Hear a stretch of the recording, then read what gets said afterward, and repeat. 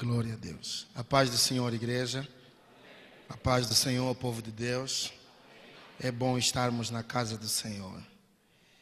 É muito lindo ouvir vocês cantarem. Hein? Que o Senhor muito vos abençoe. Graças a Deus. Eu quero ler um texto bíblico com os irmãos, que vamos tomar como base para a nossa meditação nesta noite. Livro de Gênesis, capítulo de número 15. Vamos ler apenas um versículo. A história é grande, mas esse um versículo sintetiza bem aquilo que é a nossa intenção nesta noite. Gênesis 15, versículo 18. Glória a Deus. Deus é bom.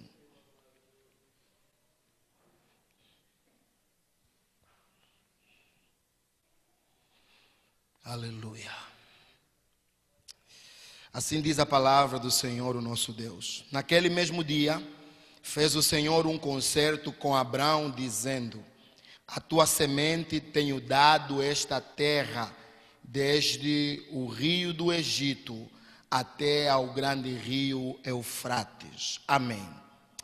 Graças a Deus. Abraão é, sem sombras de dúvida, um dos personagens de mais destaque na história da Bíblia. É um dos personagens que ele é não só relevante por sua história, mas o que ele viveu com o Senhor serve de suma ou de resumo para aquilo que é a vida daqueles que são chamados pelo Senhor. A Bíblia diz no livro de Gênesis, no capítulo 11, no final do capítulo, que Deus encontra Abraão na terra de Ur dos Caldeus, na casa de seu pai Terá, e lhe chama para com ele andar. E o capítulo 12 traz a descrição do chamado com mais detalhes, né? A Bíblia diz que o Senhor veio a Abraão e lhe disse: olha, sai da tua terra, da tua parentela, da casa de teu pai, e vai para uma terra que eu vou te mostrar, porque eu vou fazer de ti uma grande nação, eu vou engrandecer o teu nome, eu vou te abençoar muito, e você será uma bênção. E quando pensamos no chamado de Abraão, precisamos sempre ter a atenção de entendermos que esse chamado de Deus para Abraão não veio em função de alguma bondade ou de algum ato bom, alguma coisa boa que Abraão tenha feito. A Bíblia não descreve até o versículo, o capítulo 11 de Gênesis, por exemplo, Abraão fazendo um culto ao Senhor, erigindo um altar ou sacrificando a Deus. Não, a Bíblia fala que foi Deus quem olhou para a terra, foi Deus quem decidiu dentre a multidão escolher Abraão. Ele poderia, por exemplo, escolher Ará, o irmão de Abraão, ou Naor, o que veio a falecer, mas ele escolheu Abraão, porque algumas vezes eu penso que precisamos ter atenção quando olhamos para a palavra de Deus e não fazermos inferências demais que o texto não mostra. Isso é, olhando a partir daqui, do nosso contexto, do nosso tempo, nós que temos o contato com a Bíblia toda, nós conseguimos juntar várias peças e montar um quadro completo, pintar um quadro inteiro.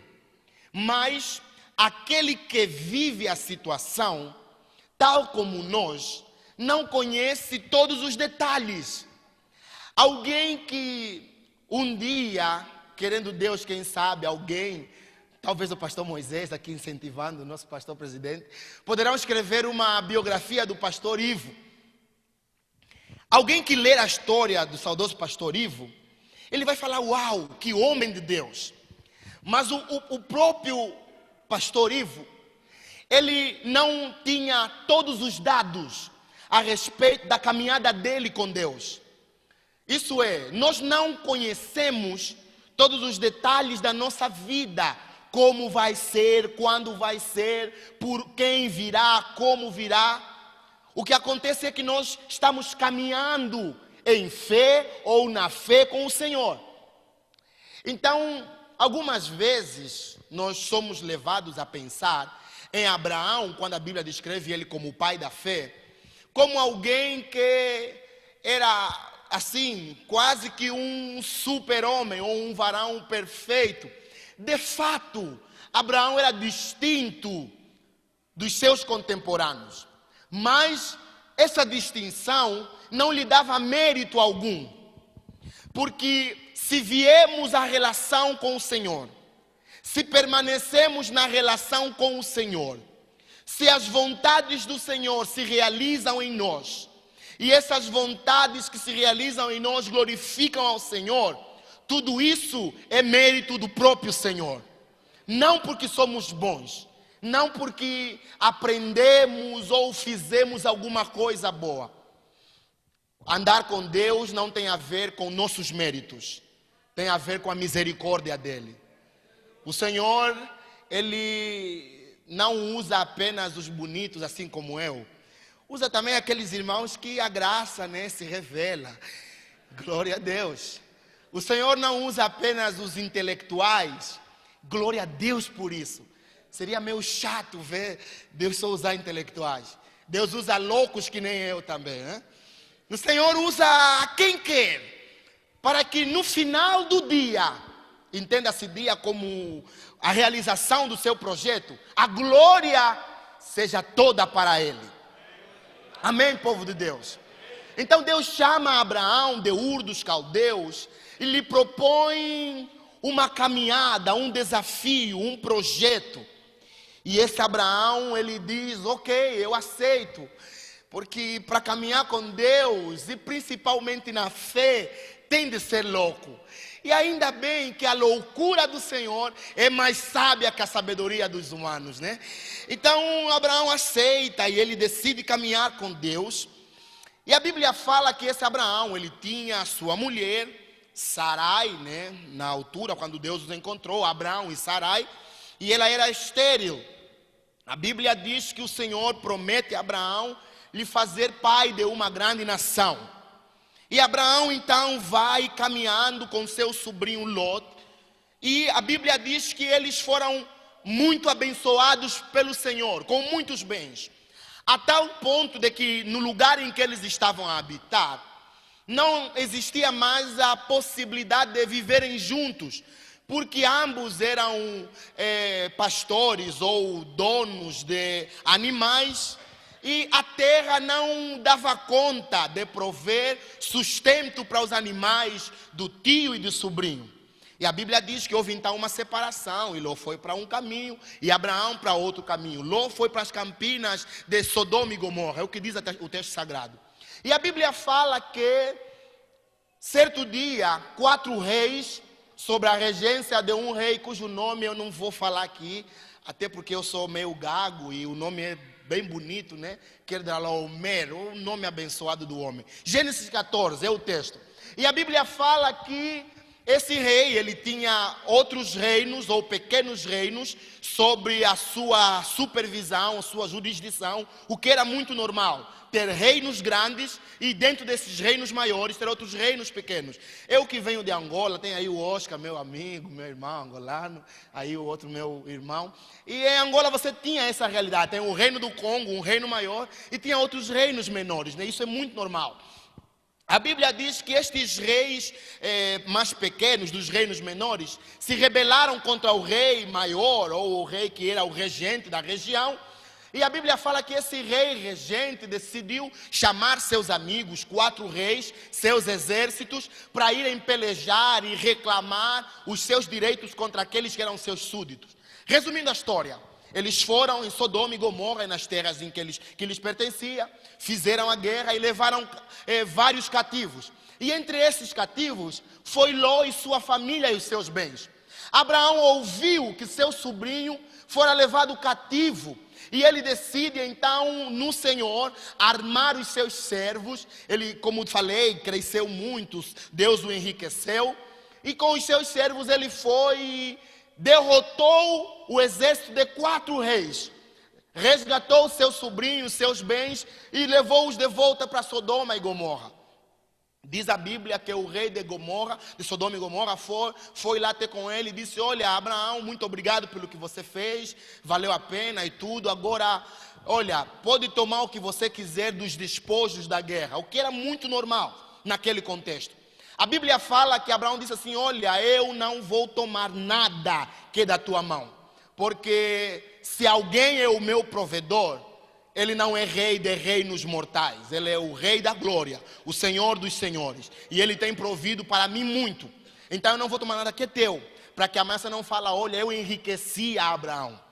E a Bíblia fala então, no versículo 1 do capítulo 15, se puder pôr para nós, aí que já ajuda muito aqui.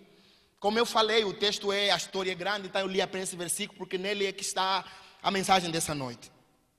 Depois destas coisas veio a palavra do Senhor a Abraão. Que coisa? Isso que eu relatei. Deus chamou ele caminhou com seu sobrinho, se separaram, e o sobrinho foi feito prisioneiro, escravo, ele foi, resgatou, e ele voltou para sua casa. Depois dessa batalha, dessa investida militar de Abraão contra esses 4 reis, ele provavelmente ficou temeroso, como é normal acontecer com qualquer um homem. Puxa vida, eu fui meio louco aqui. Eu tenho, não passa de 500 os servos que tenho, e fui guerrear contra 4 reis, que têm vários súditos, exército numeroso. Então, provavelmente, ele ficou com medo, temeroso por sua vida, por sua segurança. E a Bíblia diz que depois desses eventos, veio a palavra do Senhor a Abraão, aleluia. Na caminhada com Deus, nós vamos experimentar momentos em que a nossa fé sempre será desafiada. Mas, enquanto estávamos aqui aquela hora na oração, enquanto o pastor Moisés orava, eu vim à frente também para a oração, eu comecei a meditar na questão da fé e da oração, na caminhada com Deus. E acontece que, às vezes nós estamos orando: Senhor, essa situação, por quê? E por isso e por aquilo. Mas se pararmos e pensarmos, nós aprendemos pela palavra de Deus que o nosso Deus é o Todo-Poderoso. E mais do que isso, Ele não tem apenas poder, Ele de fato governa e rege sobre tudo. Então, se eu acredito nisso, a minha oração, ao invés de ser apenas em direção do problema ou daquilo que me causa aflição, eu devo, quem sabe, começar a orar dizendo: Senhor, aumenta a minha fé, porque eu sei que o meu Senhor governa. E mais dia, menos dias, mais tempo, menos tempos, Ele vai estender a mão. E quando a mão dele se estender, glória a Deus, a vitória vai chegar. Então, ao invés de eu me preocupar com o problema, talvez eu devo começar a orar: Senhor, aumenta a minha fé. Me dê paz nesse momento. Me segura, Jesus, para que eu não resvale, para que eu não me atemorize tanto ao ponto de perder de vista que o Senhor governa e que não há nada que foge do seu poder. Aleluia. Ontem eu tive a oportunidade de pregar em uma das nossas congregações e eu falei sobre Isaías capítulo 6, versículo 1. O texto diz que no ano em que morreu o rei Uzias, eu vi o Senhor assentado sobre um alto e sublime trono. O rei é o sinônimo de poder, de autoridade, de governo. O rei é o sinônimo de ordem no reino. E quando o rei morre, Uzias governou, segundo a Bíblia, 52 anos. Davi governou 40, Salomão 40, Uzias 52. O tempo de governo ou de governação de um monarca em Israel era visto pelos israelitas, pelo povo de Deus, como um sinal de aprovação de Deus para esse governo. Então Deus aprovou Uzias, né? E Uzias morreu. Mas se aqui Uzias morreu, aleluia, porque o Senhor, o Senhor dos exércitos, o Rei da glória, Ele ainda está assentado sobre um alto e sublime trono. E quando o Rei está assentado no trono, duas coisas pelo menos devemos entender. Primeiro, o Rei se assenta no trono para demonstrar ao povo que o símbolo da autoridade está ainda presente no reino. O reino não está sem direção. O reino não está sem liderança. Tem alguém governando. Segundo lugar, o rei assentado no trono é sinônimo de que ele está disponível para ouvir e julgar as causas do seu povo. Glória a Deus, porque o nosso Deus, Ele está assentado no trono, e assentado sobre o trono, Ele não apenas nos contempla. A Bíblia fala que o Verbo se fez carne, aleluia, e habitou entre nós, e vimos a sua glória. Então, se o Senhor está no trono, se Ele governa, na minha caminhada com Ele, ao invés de eu olhar para a situação, eu devo voltar os olhos para o Senhor, porque eu sei que Ele está no trono. E que, como disse, repito, mais dia, menos dia, vai passar uma hora, vai passar a outra hora, e eu vou testemunhar que o choro pode durar uma noite, mas a alegria vem, certeza vem pelo amanhecer. Aleluia. Aí a Bíblia, voltando para o texto, diz que o Senhor fala para Abraão: eu sou o teu escudo. Porque, como disse, ele provavelmente ficou temeroso. Eu sou a tua proteção. Eu sou a tua salvação. Eu sou a tua segurança, Abraão. Fique firme, tenha paz, não te espantes diante deles, não te atemorizes, permaneça, calma, don't rush. Okay. A Bíblia vai continuar, e Abraão diz para o Senhor: Senhor, eu sei que tu me destes muitos bens. Versículo 2, Raíque, por favor. Então disse Abraão: Senhor Deus, que me has de dar, pois ando sem filhos, e o mordomo da minha casa, o Damasceno Eliezer. Versículo seguinte, por favor. Disse mais Abraão: eis que me não tens dado filhos, e eis que o nascido na minha casa será o meu herdeiro. Pode seguir, por favor. E eis que veio a palavra do Senhor a ele, dizendo: este não será o teu herdeiro, mas aquele que de tuas entranhas sair, este será o teu herdeiro. Pode continuar, vamos lá. Então o levou fora e disse: olhe agora para os céus e conta as estrelas, se as podes contar. E disse-lhe: assim será a tua descendência. Para por aí. Abraão fala: Senhor, eu até agora testemunho a tua bondade, o teu cuidado comigo. Haja visto que eu estou enriquecido. Saí da casa do meu pai com alguns bens, mas aqui onde estou tenho talvez o triplo, não sei, eu tenho muito mais. Mas todos esses bens que tenho, pela tradição da Mesopotâmia antiga, eu poderei dar para um dos que habitam comigo. Quem sabe o meu servo, eu vou adotá-lo e passar a herança para ele. Mas seria bom se eu pudesse dar isso para o meu filho, alguém nascido de mim mesmo, porque não só ele vai herdar os meus bens, mas ele vai continuar a minha história, vai continuar o meu nome, o meu legado. Deus diz assim: olha, Abraão, não será assim, vem para fora. Algumas vezes Deus nos tira do nosso lugar de conforto. Precisamos sair às vezes do lugar de conforto, porque no conforto a gente está tão acostumado, tão habituado, que parece que ficamos anestesiados da presença poderosa de Deus. Ele leva ele para fora e diz assim: olha para o céu, conta as estrelas, se as podes contar, pois te digo que a tua descendência será como as estrelas dos céus. Aí a Bíblia fala que Abraão faz uma pergunta interessantíssima. Versículo seguinte, por favor. E creu ele no Senhor e imputou-lhe isto por justiça. A Bíblia vai dizer, o versículo 7 disse-lhe mais: eu sou o Senhor, te tirei de Ur dos Caldeus, para te dar a ti esta terra para herdares. E disse ele, versículo 8: Senhor Jeová, como saberei que hei de herdá-la? A gente está novamente olhando para tudo, menos para o que é principal. Abraão nos ensina isso. Precisamos aprender a lidar com as promessas de Deus.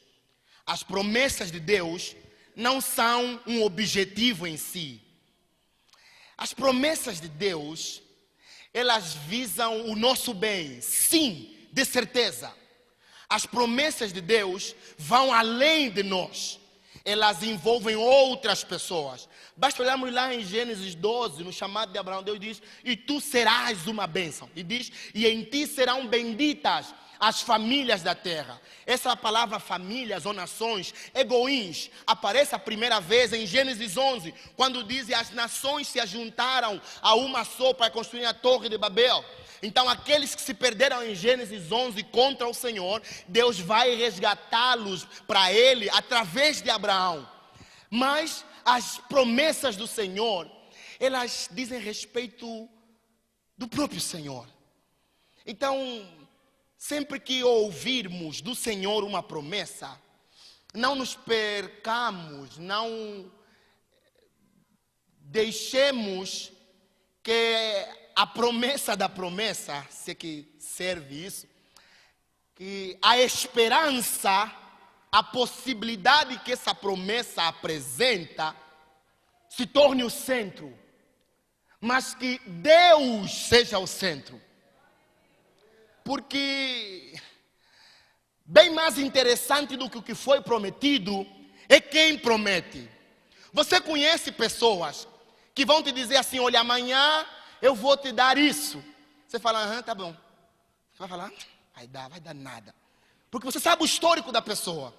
Mas você também conhece pessoas, se disserem: amanhã eu vou fazer isso, você fala: ok, ele vai fazer. Então, o interessante não é o que se promete, mas é quem promete. Deus é o alvo. Volta lá no versículo 1, por favor, Raíque. Eu preciso... Aleluia. Vamos lá, Senhor. Ajuda aqui, Deus. Ok. Ele diz: Abraão, eu sou o teu escudo, o teu grandíssimo galardão. Teu galardão não é a terra que você vai herdar. Teu galardão não é o filho que vai nascer de você. Teu galardão não é um nome grande que você vai alcançar, que até no século 21, em 2015, as pessoas vão falar da tua história. Teu galardão não é outra coisa senão eu, o Altíssimo, eu, o Senhor. Portanto, a promessa não deve tomar o lugar de primazia daquele que prometeu. Deus é o centro, porque dele, por ele, para ele são todas as coisas. Nele movemos, nele nós existimos. Cristo em nós, a esperança da glória. Amém. Graças a Deus. Aí a pergunta no versículo 8 é: como eu vou saber que isso vai acontecer? Aí Deus decide fazer uma aliança com Abraão. E é sobre isso que eu quero falar nesses minutos que me restam, no nome de Jesus. Deus fala para Abraão: olha, você vai fazer o seguinte, vai pegar alguns animais, vai trazê-los até a mim, vai parti-los, matá-los, sacrificá-los, e vai colocar em cima da pedra. E vamos fazer a aliança. Deus está usando aquilo que Abraão conhece para lhe levar num nível que ele ainda não entendeu. Naquele tempo, existiam várias formas ou várias possibilidades para pessoas fazerem alianças. Mas esse tipo de aliança que Deus propõe a Abraão, ela é extraordinária. O que acontece é o seguinte: dois reinos. Meu irmão, você vem aqui rapidinho me ajudar, por favor. Aqui o irmão, o segundo. Vem cá, vem, corre. Sobe aqui. Dois reinos. Ainda bem, eu escolhi bem. Ele é mais pequeno do que eu. Vai servir bem para a ilustração. Dois reinos. Um reino grande diz: olha, minhas terras estão muito poucas. Meu gado está a acabar rápido, meu cereal também. Quer saber? Diz que vou ampliar minha terra, meu governo. Como é seu nome? Eric. Eu vou lá na terra do Eric e vou invadir. Aí eu venho assim grandão, né? Meio barrigudinho e tal, com minha tropa. E falo, aí Eric, tudo bom? Sim, a Benício, ok. Olha, eu decidi que a tua terra agora é minha. Ela, mas como assim? Você decidiu? Por quê? O que eu te fiz? Olha, é assim, eu vou acampar aqui, vou sitiar tua cidade, vou impedir as pessoas de entrarem e de saírem, se você não se submeter ao meu poder e à minha vontade. Aí, o maior, ele propõe um acordo, uma aliança. Ele diz, como eu quero que você tenha, para nós não perder tempo, nem homens, nem bens, nem recursos, vamos fazer o seguinte, vamos fazer uma aliança. Eu vou propor, e os termos da aliança são esses. Você, Eric, a cada 6 meses, vai trazer para mim 1 tonelada de cereais, 500 cabeças de gado, 35 mulheres, 25 crianças, 150 pombos, enfim. E o Eric vai dizer assim, é muito e tal. Eu vou falar, olha, não tem do que negociar. O que acontece é o seguinte, irmãos. Tenha paciência, viu, Santo? Amém, tranquilo. Ao propor essa aliança, ele, por ser um reino menor, por ter pouca força combativa no caso, ele não tem muitas alternativas, a não ser pedir clemência ou dizer sim, eu aceito, caso a sua condição lhe permita.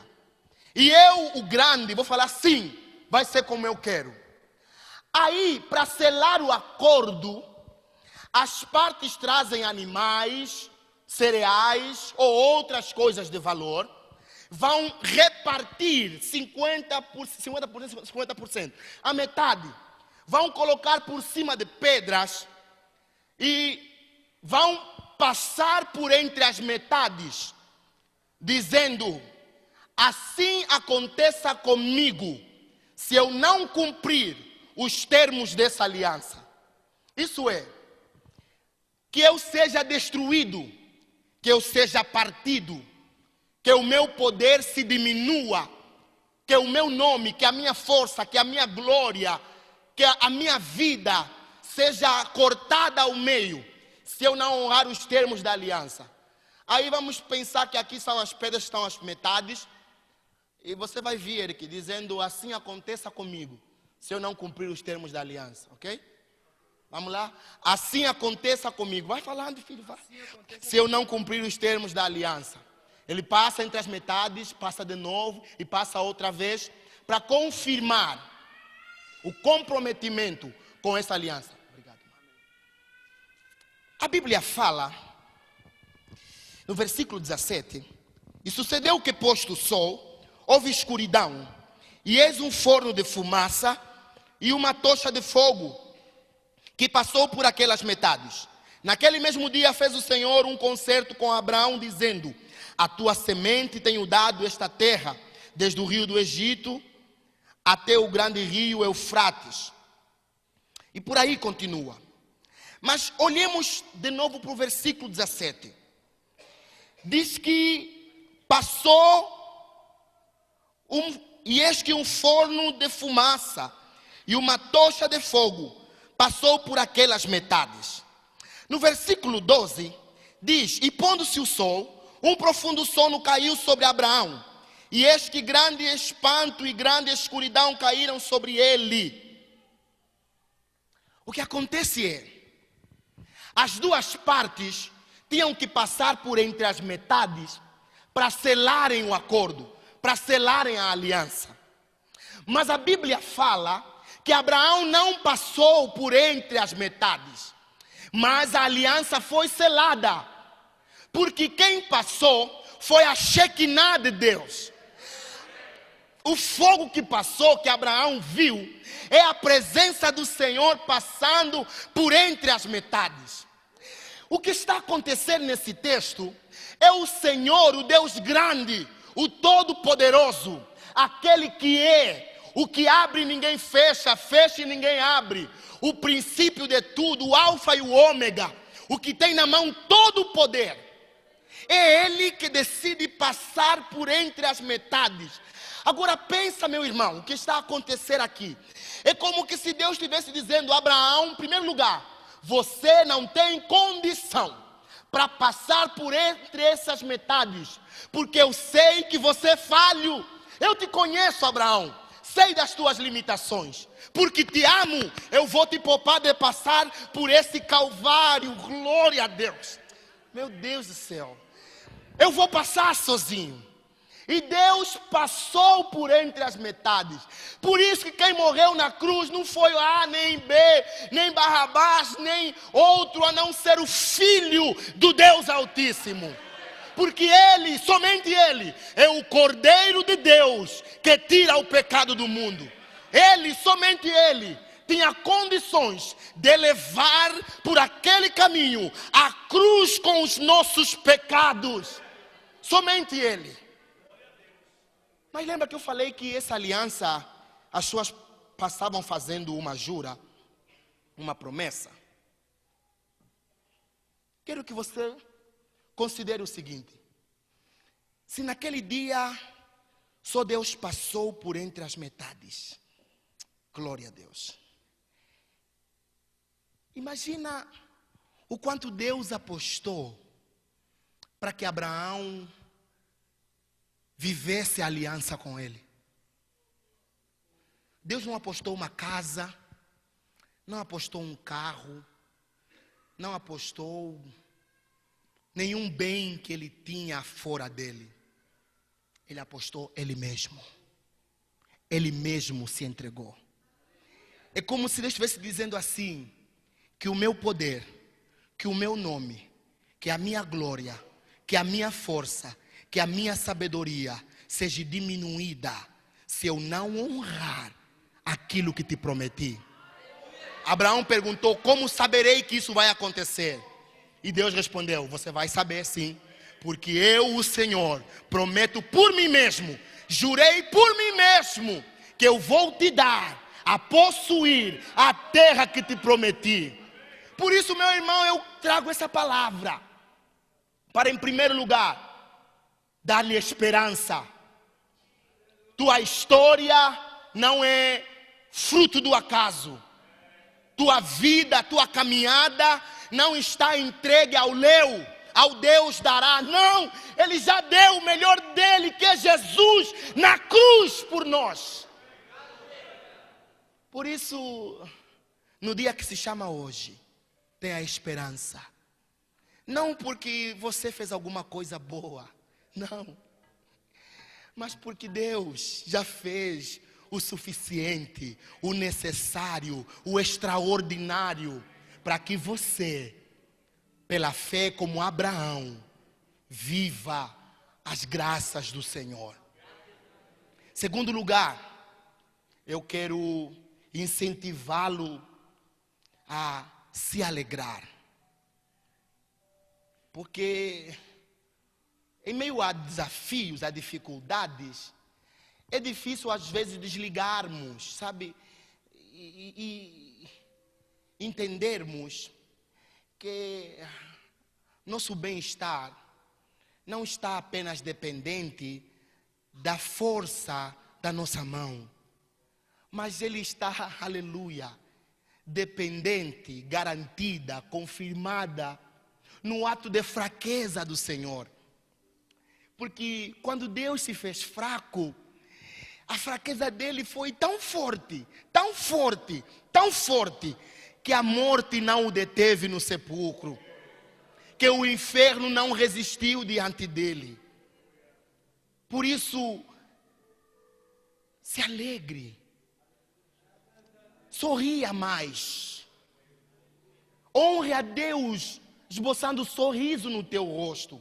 Mas não apenas no teu rosto, mas diga para a tua alma: quieta-te, porque alguém já cumpriu tudo o que era necessário para que a aliança fosse garantida. Encontre alegria no Senhor. Nosso Deus não é indiferente. Nosso Deus não está longe. Ele está ali, mais perto do que as tuas vestes. Você achou que lá na balada Ele não foi contigo? Ele foi. Você dançou, você cheirou, você fez e desfez, mas Deus estava lá, paciente, dizendo: filho, eu investi em você um alto preço, por isso não desisto. Quando a morte veio e bateu a porta, você perdeu o parente, perdeu o filho, pareceu que Deus se ausentou, Deus tirou férias. Não. Ele estava ali contigo. Eu estou convosco todos os dias, até a consumação dos séculos. Eu tenho teu nome escrito na palma da minha mão. Ainda que a mãe que amamenta se esquecer do filho, eu todavia não me esqueço de vós. Por isso, se alegra. Não dê esse gostinho ao diabo de achar que ele triunfou. Não, você é mais do que vencedor. Não apenas porque a bênção já te alcançou, mas porque naquele dia você vai dizer: valeu a pena. Valeu a pena. A Bíblia fala que Abraão viveu tudo, absolutamente tudo o que Deus lhe prometeu. A força dele acabou. Ele não podia mais gerar filho, nem sua esposa. Hebreus fala que já ele não tinha mais força, não tinha mais vigor, né? E Sara já havia passado o costume das mulheres. Mas nosso Deus, Ele é apenas Deus. Não há outro como Ele. Por isso, se você entrou pensando que os recursos acabaram, eu quero te dizer: olhe de novo. O maior recurso está aí contigo, o Senhor, o Altíssimo. Que Deus nos abençoe em Cristo Jesus. Aleluia, aleluia. Vamos orar juntos. Vamos agradecer ao Senhor, falar com o Altíssimo. Aleluia, Jesus. Teu nome é grande, teu nome é poderoso. Meu Deus do céu, o negócio aqui está... Me permitam dizer, eu não sei quantos, nem quem, nem como, mas enquanto estávamos aqui na oração, eu vi casas. Talvez tenha alguém orando por casa, para Deus abençoar, eu não sei. Não sei quem é, Deus não falou nada disso, mas eu vi casas. Vi, sabe, casa nova sendo inaugurada. Então quem sabe está vindo a bênção do Senhor para ti. Depois testemunha, tá? Depois diz: não, de fato o Senhor me alcançou, era eu. Amém? Vamos orar agora. Pai, no nome poderoso de Jesus, agradecidos viemos a Ti, Senhor, porque se estamos aqui, não é pela nossa força, não são pelos nossos méritos, não clamamos a Ti porque confiamos em outro que não o Senhor. Tu és o nosso escudo e broquel, Tu és o socorro bem presente na hora da angústia, Tu és o guarda de Israel que não tosqueneja nem adormece, Tu és o edificador que completa a boa obra começada em nós. Por isso, em nome de Jesus Cristo, Te louvamos, Te agradecemos, Te exaltamos, bendizemos o Teu nome e pedimos, Senhor, que as Tuas maravilhas nos alcancem, Senhor. Pedimos ainda, ó Pai, que a nossa fé seja aumentada, a nossa fé encontre maturidade, a nossa fé se esclareça, para que diante dos medos, diante dos perigos, diante das ameaças, nós não vacilemos, mas dizemos: em Ti confio, em Ti espero, Senhor. Sobre cada família aqui representada, uma vez mais, no nome de Jesus Cristo, nós clamamos a Tua bênção, nós pedimos a Tua intervenção, no poderoso nome de Jesus Cristo.